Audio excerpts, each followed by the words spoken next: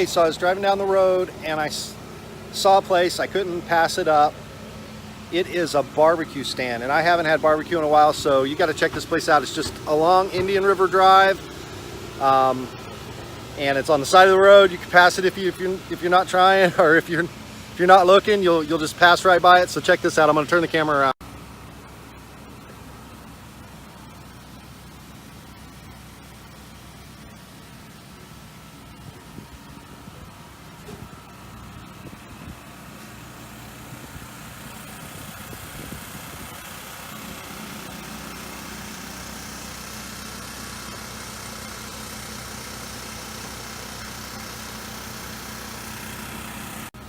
So this nice lady, she's giving me some collard greens to try. I've never tried them, so I'm going to try them. She's saying that they're good for you.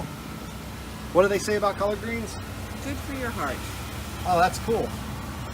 I want to take care of my heart. I want to take care of my heart. I really do. All right, so I picked up my food, and now I am leaving. But this is an awesome place. The people here are so friendly. It's called Best Friends Barbecue, and it's right on Indian River Drive in Jensen Beach, beautiful Jensen Beach, Florida. You got to come check it out.